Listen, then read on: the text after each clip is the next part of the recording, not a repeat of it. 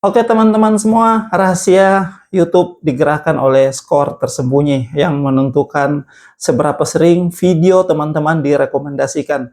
Dan ketika kita tidak memahami, skor ini dapat membuat atau menghancurkan saluran atau channel kita. Nah, berikut ada beberapa hal yang perlu teman-teman ketahui. YouTube menggunakan algoritma canggih untuk merekomendasikan video kepada semua penggunanya. Namun, banyak dari metrik yang menentukan visibilitas sebuah video tidak sepenuhnya transparan atau ditunjukkan oleh pihak YouTube. Di balik layar, YouTube memiliki skor tersembunyi atau hidden score yang membantu menentukan performa dari posisi sebuah video di channel teman-teman. Berikut adalah metrik utama yang menjadi faktor dalam skor tersembunyi dan saya ambil dari beberapa sumber YouTuber besar luar negeri. Oke, yang pertama CTR atau klik per tayang, teman-teman.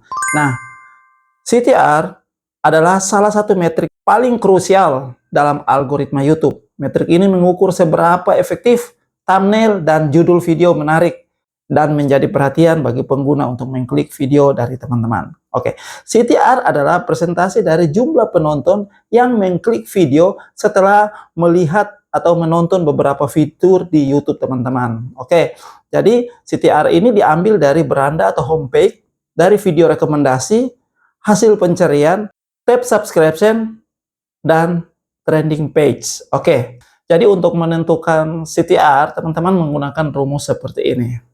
Oke, dan yang kedua adalah watch time atau durasi nonton. Jadi teman-teman, durasi nonton adalah total waktu yang dihabiskan oleh audiens atau penonton dalam menonton atau melihat video atau konten kita di platform YouTube. Bukan hanya di platform YouTube, bisa juga di TikTok, Instagram, Facebook, dan lain sebagainya. Waktu menonton biasanya diukur dalam menit, jam, atau detik, tergantung platformnya. Jadi, kenapa waktu menonton ini sangat penting, teman-teman? Waktu menonton sangat penting di algoritma platform YouTube ini karena semakin tinggi durasi yang dinonton, semakin besar kemungkinan konten direkomendasikan. Nah, hal ini menunjukkan seberapa menarik dan tingginya reaksi daripada penonton yang pada akhirnya berpengaruh pada SEO video dan ranking yang dihasilkan oleh mesin telusur. Oke, cara meningkatkan waktu menonton adalah pertama, buat hook di awal 5-10 detik atau 15 detik pertama. Itu sangat penting. Gunakan editing yang dinamis ya. Jadi musik, grafik, teman-teman harus buat secara menarik. Bagi video ke beberapa segmen atau timestamp. Bikin rasa penasaran di awal dan jawab di akhir. Ending yang powerful. Jadi teman-teman ada ajakan untuk menonton video lainnya. Kemudian teman-teman harus membuat playlist daripada video. Jadi untuk menjaga penonton tetap di channel teman-teman. Jadi itu adalah beberapa contoh untuk meningkatkan waktu menonton daripada video kita di platform YouTube. Oke, jadi ini adalah rumusnya teman-teman. Walaupun jumlah view kecil, tetapi berpotensi untuk direkomendasikan. Total waktu yang dihabiskan penonton saat mereka menonton video kamu itu sangat penting, teman-teman. Jadi harus memperhatikan bagaimana durasi audiens menonton karena menunjukkan seberapa menarik konten dari teman-teman. Jadi sekali lagi sangat penting untuk memperhatikan durasi nonton dari audiens. Oke, standar dari durasi nonton semakin tinggi, semakin bagus pada YouTube. Itu adalah kuncinya. Oke, kita lihat ya.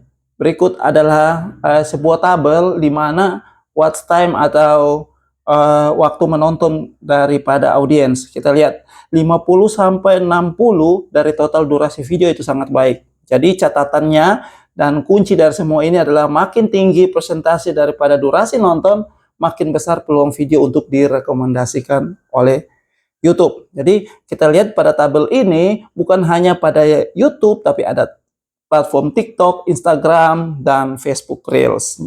Oke, kunci berikut dari rahasia tersembunyi adalah engagement rate.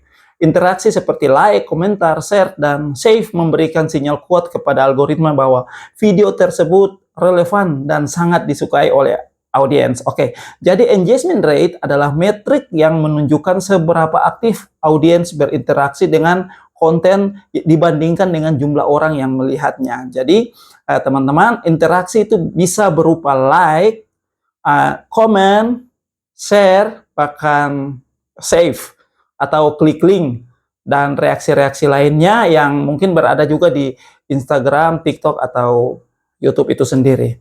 Jadi, cara hitung engagement rate adalah beberapa rumus, tapi yang paling umum itu seperti ini, teman-teman. Jadi, engagement rate sama dengan total interaksi dibagi dengan total reach kali 100. Seperti ini contohnya. Jadi ada 1000 orang yang melihat postingan teman-teman, namun yang like 150 like, komen atau share. Jadi 150 dibagi 1000 kali 100. Hasilnya 15% engagement rate. Oke? Nah, kita lihat ya standar engagement rate dengan tabel di bawah ini. Semua platform ada standarnya, teman-teman, baik Facebook, TikTok, dan lain sebagainya. Oke, yang berikut adalah audience retention. Nah, audience retention ini sangat penting dan berhubungan erat dengan waktu menonton tadi, teman-teman. Jadi, ketika durasi nonton semakin tinggi, menitnya semakin tinggi, atau jamnya semakin tinggi, maka retensi penonton akan mengikuti.